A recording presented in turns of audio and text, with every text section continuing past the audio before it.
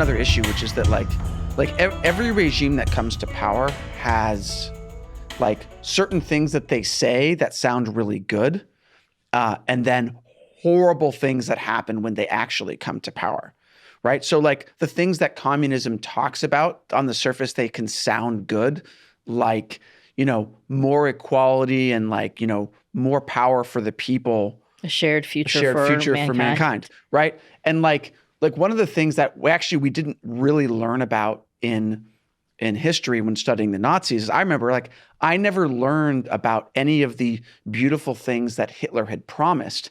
And the reason this is important is because like, of course, the schools don't want to tell you about all the things that Hitler promised, like, better order and like art and jobs and employment. And like it sounded beautiful to people at the time, which is why so many people accepted it. And I think if you don't understand, like if you don't hear the beautiful promises, then followed by the genocide, like you don't understand that, oh yeah, beautiful promises can lead to genocide because they're just lies, or they're part lies, but they're like part of the whole story, right? And I think so. You get the horrible part of Nazism, fascism, and you learn the beautiful parts of communism, and you don't understand that like both of them kind of start with beautiful promises and end with horrible genocide.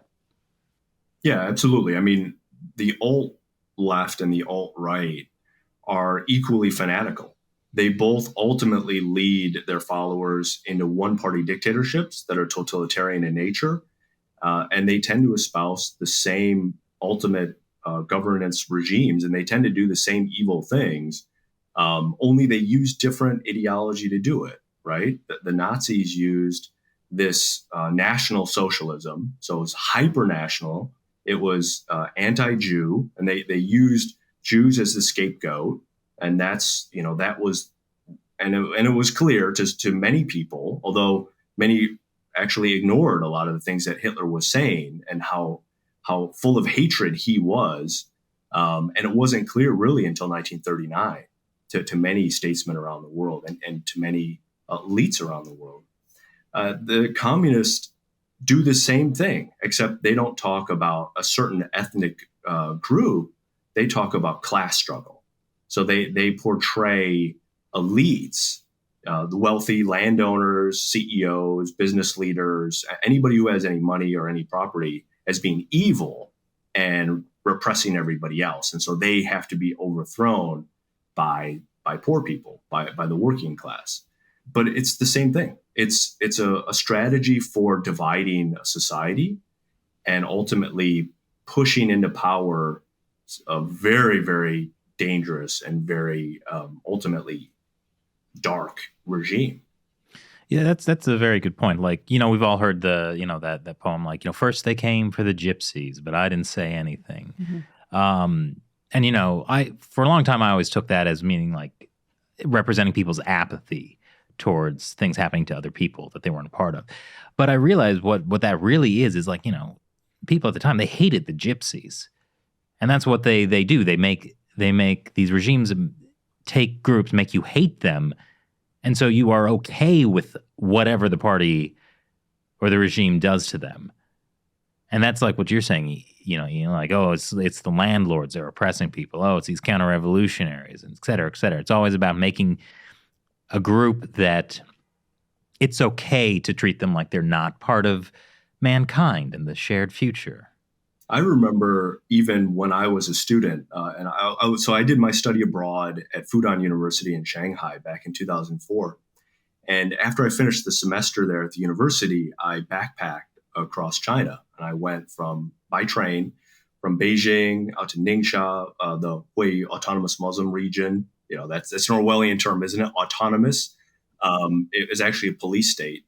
And then went out to Urumqi and down to Kashgar in Xinjiang. And I remember telling all of my teachers and classmates at the university there in Shanghai what my plans were for the summer. And everybody told me, you should not go to Xinjiang. Xinjiang has Uyghurs. Uyghurs are violent. Uyghurs are bad. Uyghurs are, they all hated Uyghurs. And they didn't know why they did. And they also had very bad things to say about Tibetans. because the Communist Party has long had these campaigns where they'll target ethnic groups, also target Falun Gong, of course. And so wherever you go in the hotels, there'd be signs that would say "No Falun Gong, welcome." And so this is one of the tactics that not only the Nazis used, but also the Chinese Communist Party uses. They're really good at it. They're really good. I mean, I think Falun Gong is an interesting one because like it went from something that was like the most popular Qigong practice in China in the 90s to within like a couple years, like everyone hated them somehow. Like their propaganda campaign against Falun Gong was so effective that like you could talk to people by like 2001 or 2002 and they would be like, oh yeah, they're like horrible. They like slit their children's bellies open, like all sorts of like insane things. And it was just like that, like they flipped a switch and the hate came on. They can turn their population on a dime. Yeah. And I don't think most Americans realize this, but they're doing this to America now, where they're fostering an active hatred for all things American. And that was not the case. When I was in China, there was still a lot of admiration, Nike, Starbucks, KFC, McDonald's, and I think there's a lot of positive sentiment towards Americans up until much more recently that they've turned that. And so now their propaganda apparatus is openly in the movies they make, in the things they say on their nightly news, in the textbooks at their school, they're openly saying to their own people that the Americans want to bring us down and that the Americans are bad. The Americans are the enemy. And they're instilling this anger towards Americans and all things America. So, for example, in the recent Spider-Man movie, Sony was told, they were giving an ultimatum by their Chinese partners that you have to get rid of the Statue of Liberty, that we don't want to see patriotic American symbols in your movie. Luckily, Sony told them to take a hike and they kept all the Statue of Liberty scenes. It was critical of the movie. And they made I think they made something like $500 million on the film, or maybe even more. It was very, very successful financially for Sony. In the recent Top Gun movie, it was the same issue, where the Chinese partners, the investors, told the makers of Top Gun 2 that they did not want to see all of this pro-America, pro-U.S. military, all the symbolism in there, that they wanted this to be actually anti-America and unpatriotic and make the U.S. military look dark, which is what's happened actually in a lot of movies. And in the case of Top Gun 2, of course, the studio told them to take a hike, and they did, and Top Gun 2's fantastic. But other movies, not so much. I mean, you look at First Man, which is about Neil Armstrong and the landing on the moon. That had a Chinese state-affiliated, state and party-affiliated producer and funder. And so they actually got the studio in Hollywood to take off the scene of the American flag on the moon. That iconic scene. They actually, if you watch the movie, it portrays the U.S. Air Force as very, very cold, heartless. It portrays NASA, one of America's most popular and famous institutions. It portrays NASA as being almost evil. I mean, just very cruel to the astronauts. It portrays the U.S. Congress in the worst light possible. And that's happened to a lot of movies that have taken money from the Chinese government. It's interesting because I usually think about like the other side of it, like The Martian, right? Where the one with Matt Damon, he gets stranded on Mars, right? That's The Martian. Yeah, that's The Martian. Right. So like there's a key point in there where like, everything's going to be like doom, right? But then the Chinese space agency steps in and completely saves the day.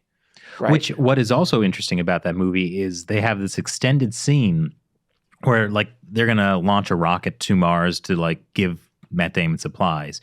And they have this whole thing about like, the character's like, oh, do you believe in God? I don't know, but I'm praying for this one. And it explodes. Total failure. Yeah. And that's like a message. You're right. It's all like atheism and science and anti sort of spirituality. Well, I mean, it is a movie about science. But like, I think your point is interesting because, well, also The Martian was based on a book. So I'm not sure that was like the CCP specifically influencing Hollywood. so much because the plot point is in the book. But Sure.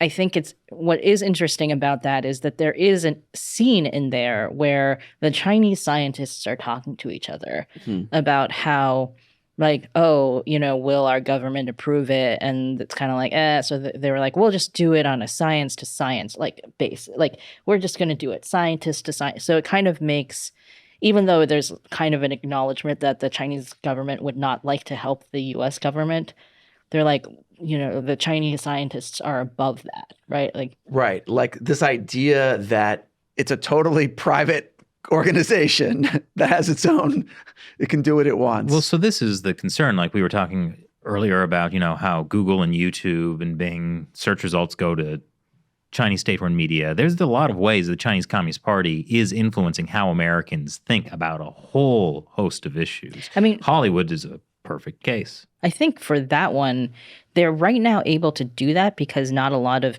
people are writing stuff about Xinjiang.